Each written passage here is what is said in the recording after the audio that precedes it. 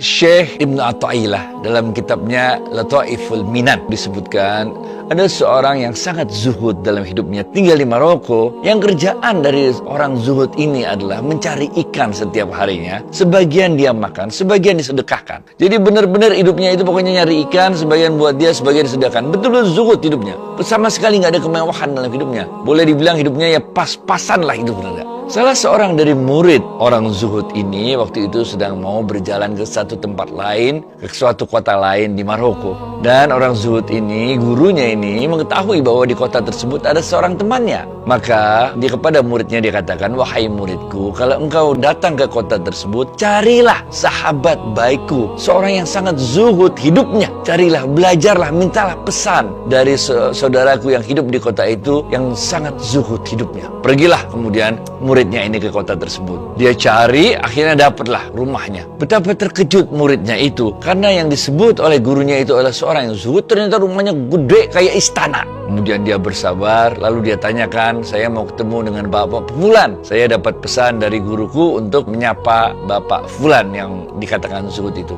Terkejut yang kedua muridnya, karena pembantu rumah tangganya itu mengatakan Bapak Fulan lagi pergi menghadap sultan. Wah, bagaimana ini orang zuhud kok menghadap sultan, katanya, bener gak? Dia udah mau meninggalkan tempat itu, dia kecewa, tapi akhirnya dia tunggu, pas waktu itu datang orang tersebut ke rumahnya. Maka disapalah, disampaikan, diajak masuk ke rumahnya. Maka dilihat rumahnya dalam itu megahnya luar biasa, mewahnya luar biasa, pembantu-pembantunya luar biasa banyaknya. Waduh, luar biasa, bener gak? Sehingga dia ragu yang ketiga kalinya, ini orang zuhud kayak apa kok hidupnya kayak begini, ya bener gak? Mewah banget hidupnya, kok guruku mengatakan orang ini adalah orang yang sangat zuhud. Kemudian muridnya itu menyampaikan salam dari gurunya. Oleh orang tersebut saya sampaikan, "Oh, engkau adalah muridnya, oke. Nah, apa yang disampaikan guru untuk disampaikan pada diriku?" Kemudian muridnya ini mengatakan, "Aku hanya menyampaikan, guruku hanya menitipkan padaku untuk meminta nasihat padamu, orang yang kaya raya ini." Maka orang yang kaya raya ini mengatakan,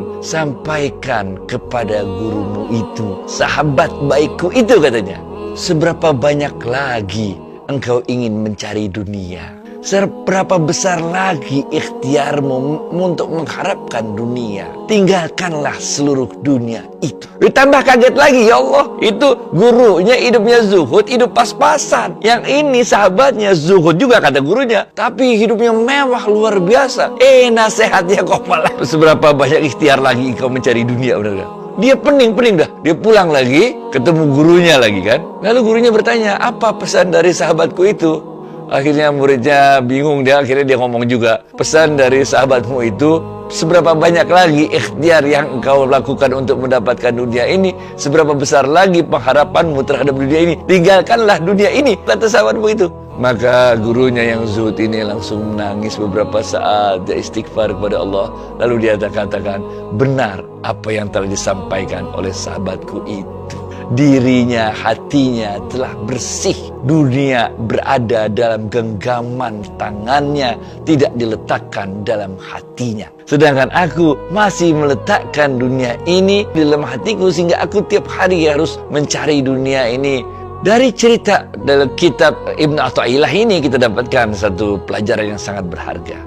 Zuhud tidak berarti kita harus hidup miskin. Zuhud berarti menempatkan harta, menempatkan dunia dalam kekuasaan genggaman tangan kita, bukan di dalam hati kita.